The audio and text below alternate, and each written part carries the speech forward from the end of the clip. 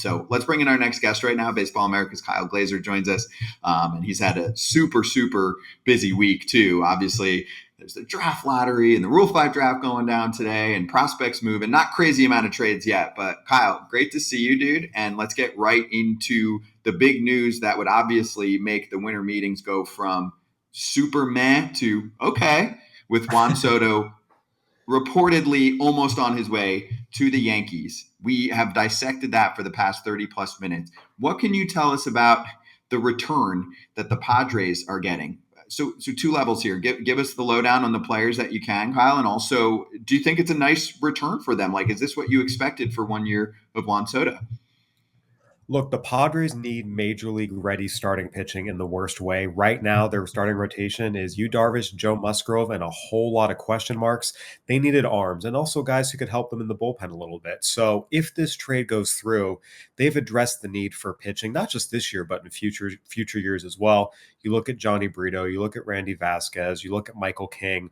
All these guys have a few years of control left. All of them have experienced starting games in the majors. Now, none of them have a ton of experience starting. You look at Brito and Vasquez, neither of them threw 100 innings last year. Michael King primarily has pitched in relief in his career, started a little bit. So starting games well for a month or two is different than doing so over a full 162 game season. Nonetheless, these are all upgrades over what the Padres had in-house in terms of major league ready arms. Then you look at Drew Thorpe. He's a really, really interesting pitching prospect. Fastball changeup guy. The breaking balls come along a little bit. I saw him back to his days at Cal Poly. Really good competitor. Had one of the best seasons in the minors last year. Won 14 games. Had a 2.5 ERA. Got up to Double-A in his first full season. Again, change-up pitchers, sometimes the numbers they put up in the minors are better than what they'll do in the majors. At the same time, he should be at least a solid number 4 starter. So none of these guys the Padres got project to be number 1 or 2 starters, but that's okay. They needed guys in bulk to fill out a rotation. And realistically, they got 3 guys who could potentially pitch in their rotation for them this year, plus a top pitching prospect who could do so in future years.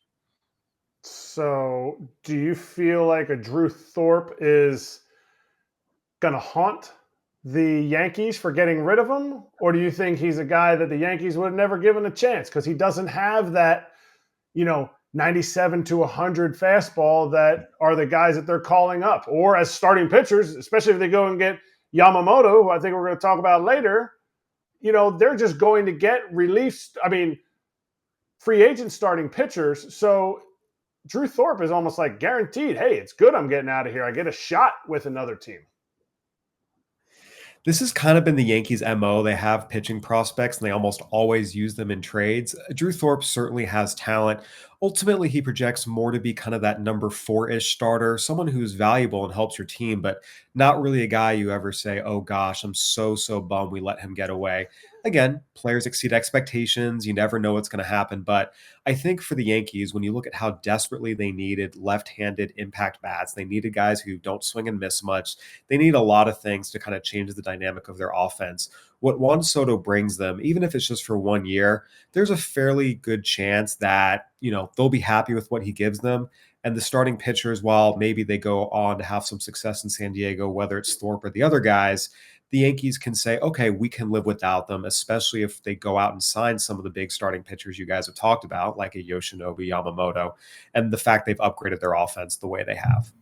So let's get into that right now. Kyle, you're plugged in. Oh, go ahead, Kratz. You got one more, and then I'm going to take us in a different direction. No. I was just going to say, with his profile, comparatively, when Sean Markham broke into the big leagues, he was a softer throwing pitcher that was out of college, that came up through the minor leagues really fast and had a very successful career. Now, there's been comparisons of Drew Thorpe to Chris Paddock, but Chris Paddock's he had 99 in the tank.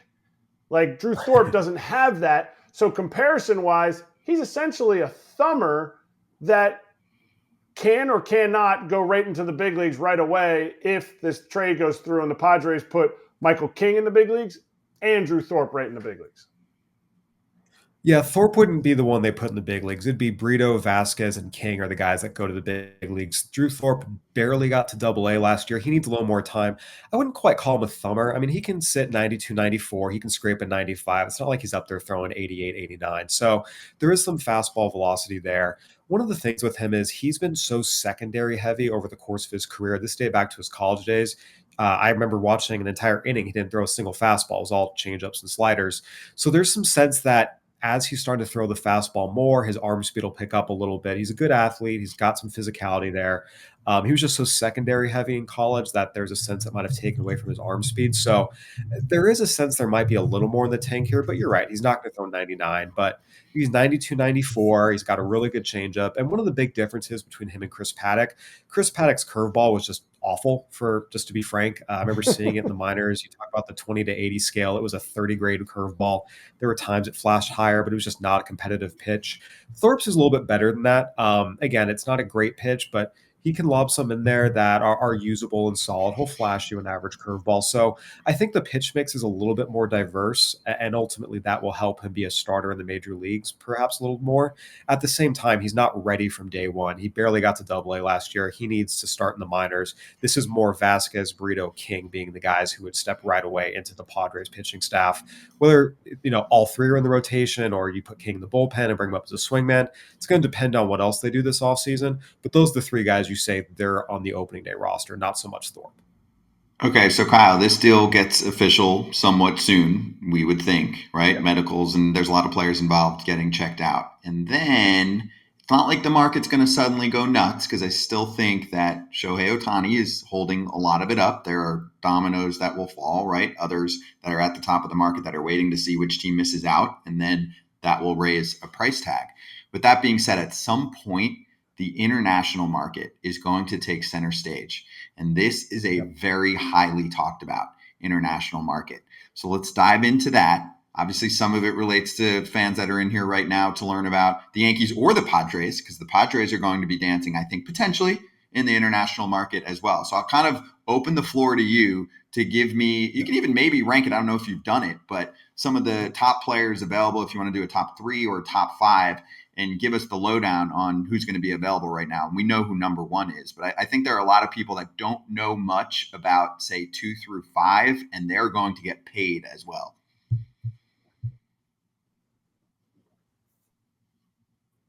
Dramatic pause. I stumped him. Yeah, dramatic pause. I feel like this is when Juan Soto is going to sign. Or get the trade's going to go through, because last time we had Kyle on. Oh, Craig Counsell signed. Craig Counsell, old CC went to the South Side. That's right. We'll bring him right back on though. But I want to talk about Yamamoto. I want to talk about Imanaga. I feel like a lot of people don't know much about, and he actually is kind of a more, not a thumber, because the fastball is high spin, but I think he's clocked like at 90, 91. No, yes. It is not very Imanaga you're talking about, right? Yeah, Imanaga. Very different pitching profile, which it's a great change of pace. And I think it's one of those where it could really work, or it could be like, oh, this does not play in the bigs. Not play at all. I'm just saying, like, I think there's a lot of variance in terms of what his results could look like, where Yamamoto obviously is much easier to prognosticate, and is on a different planet anyway in terms of his pedigree. So let's bring Kyle back. Kyle's the expert here. So Kyle, I'll restage the question quicker. Give us some rankings here on what the international market's going to look like, because teams like the Yanks, the Padres, the Dodgers, the Mets, etc., they are definitely playing in those waters as well. Yeah, so I actually have an article up at baseballamerica.com right now where I talk about all 7 players in this year's international class coming over from Asia with the ranking. Look, Yoshinobu Yamamoto, that's the guy. I mean, right off the bat, he's going to step into a rotation on opening day, be a number 2 starter, has a chance to contend for Cy Young awards. This is the next in the line of great Japanese pitchers to make the jump to MLB. He's going to be one of the best pitchers on any team he joins. So I think there's no question he's the top player in this class. You look at Jung-Hoo Lee, the South Korean outfielder, is number two. His dad's a legendary Korean baseball player. He was known as the Korean Ichiro, one of the great nicknames too, Son of the Wind for his legendary speed. Jung-Hoo Lee has been kind of a baseball prodigy. He's kind of like the Korean version of Bo Bichette, Vlad Jr. a little bit. Famous dad, known since he was young, skipped the minors entirely in Korea, went straight from high school to the KBO. Really, really gifted contact hitter. It's probably going to be average over power, but I mean, he has a chance to hit 280, 290, even 300, 10 to 15 homers, and play solid defense in center field. He projects to be a really good everyday center fielder in the major leagues. Those are really the two guys you look at and say, yeah, these are the studs. Shota Imanaga, the lefty, and Yariel Rodriguez, the Cuban righty who pitched in Japan last. Those two guys are a little more divisive. Imanaga is a crafty left-hander with a deep assortment of pitches. He doesn't spin the ball great, good fastball, good splitter, and he kind of has three different versions of his splitter. So knows how to pitch, move in and out, locates his stuff, but there is some concern.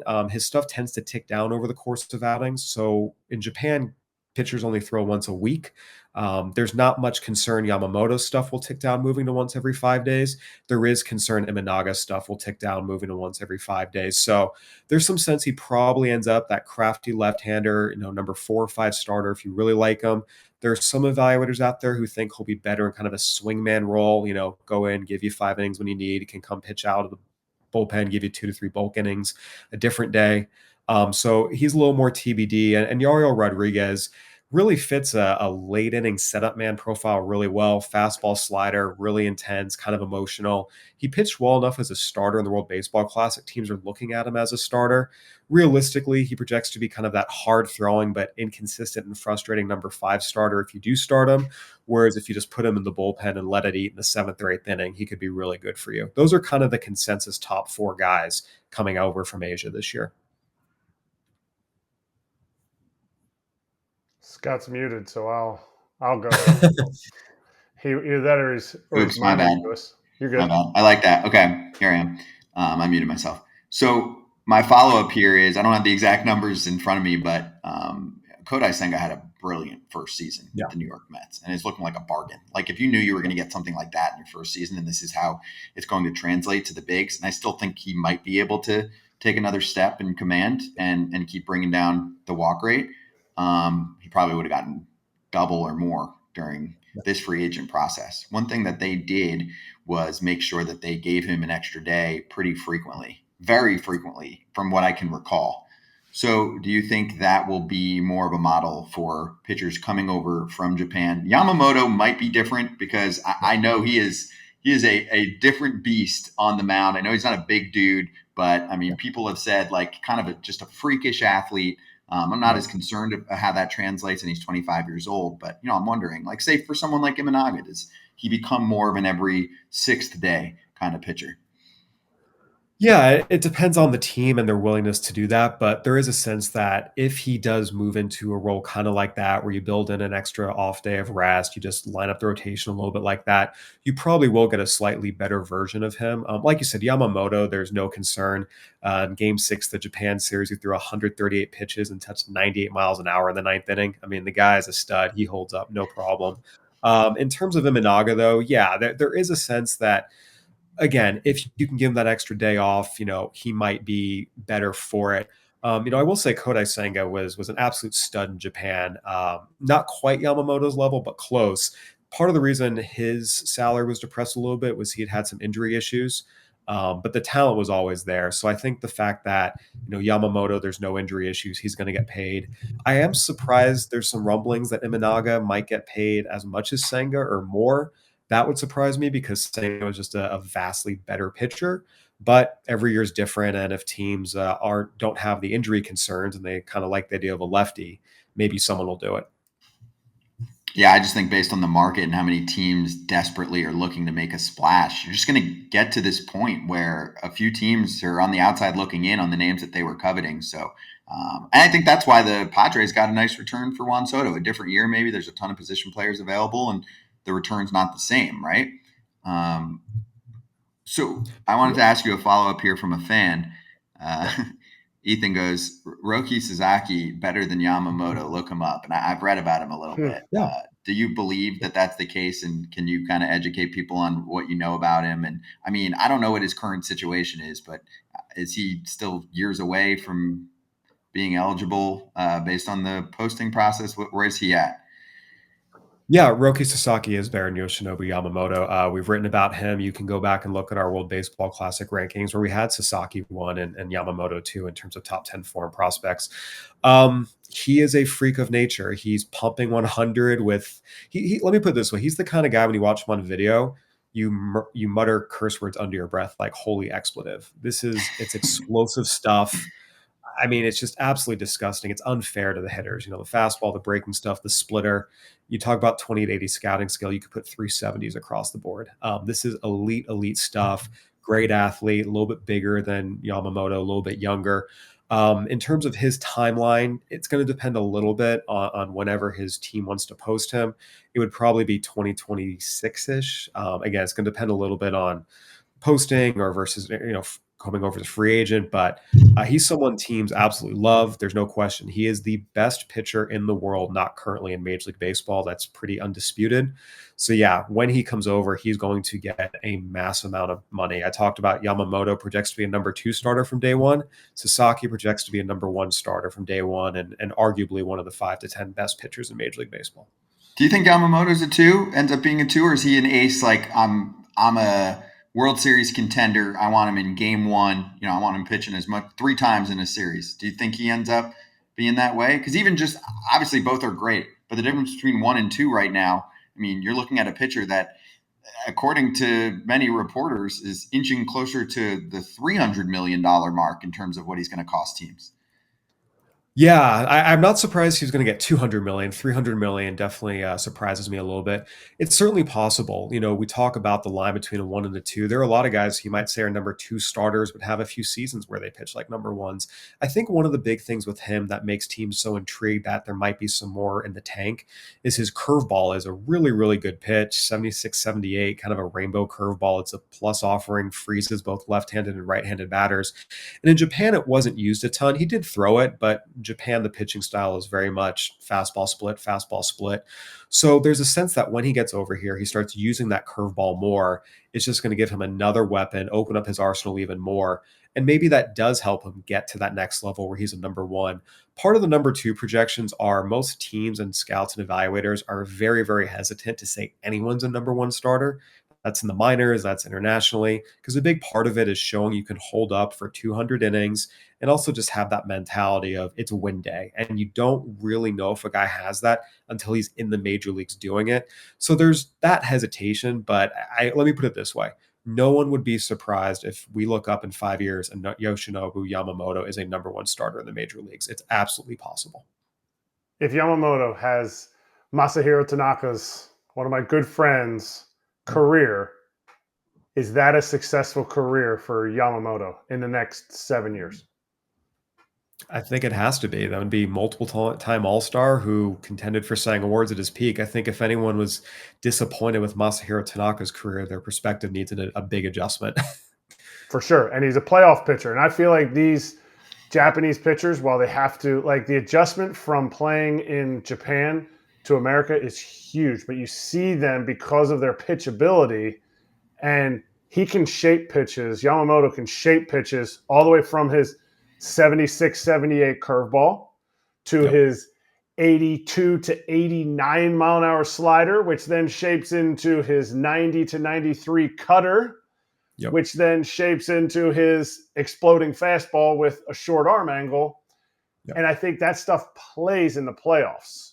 I think sometimes Japanese pitchers pitch so much during the season. It's like, I got to make this pitch and that pitch and this pitch. And then when it comes to the playoffs, they're like, I'm just going to go with the best pitch in that day. And they can throw so many of them. And I'm excited to see if a young pitcher at 25 has the ability to pitch like that at the highest level. And again, the Japan series is very different than the World Series, different stakes, different level of ability, but he has shown that big game ability. I talk about in the Japan series this past year. He got hit pretty hard in his first start and he bounced right back, came back in game 6 and pitched a complete game, allowed 1 run and struck out 14 batters, breaking Yu Darvish's record for most strikeouts in a single Japan series game to force a game 7 for his team. His team, it was win or go home. He went out and delivered one of the best performances in Japan series history. So that's another factor here. You talk about his ability to, shape pitches, kind of that feel, that pitch ability. But he also pitches with a chip on his shoulder. He's a smaller guy who faced questions, a lot throughout his career. He was not a first round pick, considered a golden child. He's had to prove himself every step of the way. He's aggressive. He's fearless. He goes right after hitters. Here's my best stuff. Hit it if you can. Talk about playing in the playoffs. That plays. I mean, you can speak to it a lot, Eric, as guys start nibbling or if they get nervous or they start doubting themselves, opposing offenses sense that and just tee off on them. He doesn't have that. He has that mentality of, I'm going to beat you. Here's my best stuff. Try to beat me if you can. Love it. Kyle, awesome getting you on here. Thanks for jumping on. Obviously, big night, and we were looking for it for a while. And I know it's not official yet by any means, but we're anticipating it. So thanks for breaking that down and the international market. And actually, we didn't get to finish that from last time because Craig Counsell so rudely interrupted you by signing with the Cubs. So appreciate you, Kyle. We'll have you back on soon, okay? My pleasure. Thanks, guys. Thank you. And you can follow all of Kyle's work. We'll post it on FT Twitter and some of those clips as well. And like he mentioned, he's got great articles right now up on Baseball America.